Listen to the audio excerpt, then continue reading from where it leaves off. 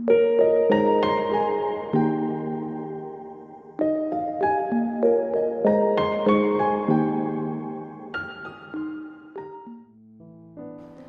Allah memerintahkan kita untuk berpuasa di bulan Ramadan, Allah menyebutkan ayatnya dengan menyeru kepada kita sebagai orang-orang yang beriman. Ya ayyuhalladzina amanu, bukan orang-orang mukmin.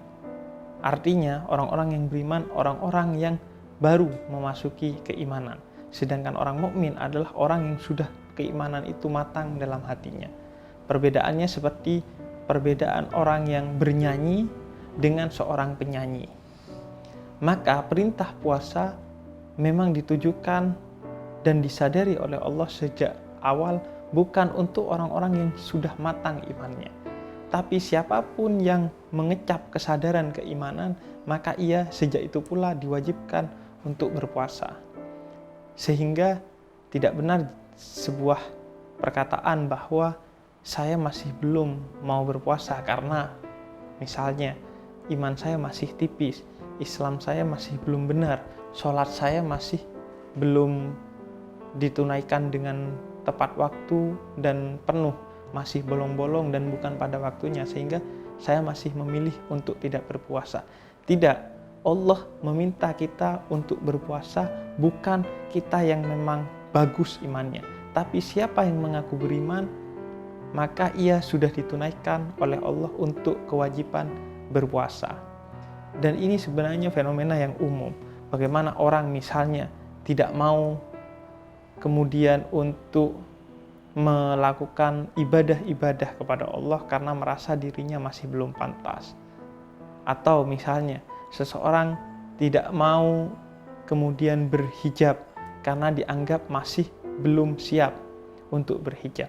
Padahal perintah-perintah itu ditujukan kepada orang-orang yang beriman. Artinya, begitu orang-orang itu memiliki kesadaran akan keimanan kepada Allah Subhanahu wa taala, maka seluruh perintah-perintah pada orang-orang yang beriman itu harus ditunaikan. Tidak menunggu iman itu baik, iman itu matang dan lain sebagainya. Namun bukan berarti juga bahwa kemudian seseorang yang belum memiliki kesadaran tentang keimanan harus dipaksa untuk melakukan hukum-hukum bagi orang yang beriman. Misalnya, seseorang yang sebenarnya masih belum menyadari, memiliki kesadaran yang tulus dan utuh tentang perlunya dia berhijab, maka kita tidak boleh memaksakan dia untuk kemudian berhijab.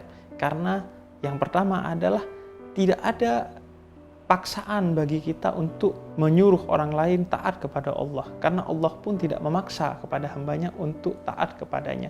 Siapa yang taat maka dia akan dapat kebaikan, dan siapa yang tidak taat maka nanti Allah akan memberikan ganjaran kepada dia. Dan yang kedua adalah tidak ada gunanya satu hukum itu dijalankan oleh orang lain karena keterpaksaan. Orang berhijab karena terpaksa, orang sholat karena terpaksa, orang puasa karena terpaksa.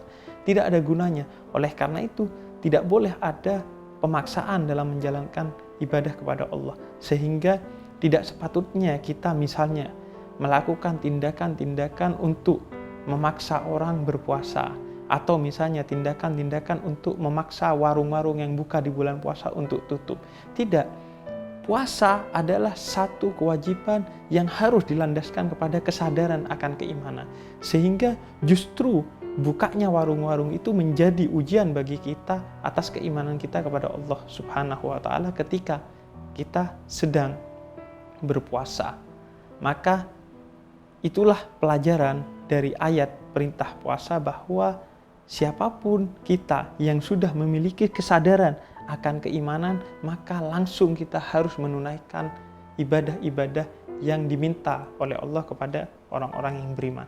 Tidak perlu menunggu imannya kemudian baik, ilmunya matang, dan lain sebagainya. Karena justru ibadah-ibadah itu yang kemudian akan menggiring kita kepada keimanan yang matang. Artinya begitu kesadaran kita sebagai manusia sudah masuk ke dalam keimanan, maka giliran Allah yang akan menarik kita pada keimanan yang lebih baik dan lebih baik. Justru ibadah itu yang menjadi alat bagi Allah untuk menarik kita pada tingkat keimanan yang lebih baik. Sehingga kemudian Misalnya, ada orang-orang yang bertanya, saya ini sholat apa gunanya misalnya, kemudian berhijab apa gunanya, puasa apa gunanya. Justru ketika Anda sudah memiliki kesadaran akan keimanan, lakukanlah itu sehingga Anda akan mengetahui apa manfaat yang terkandung di dalamnya. Karena ibadah itu bersifat spiritual, ibadah itu bersifat batin.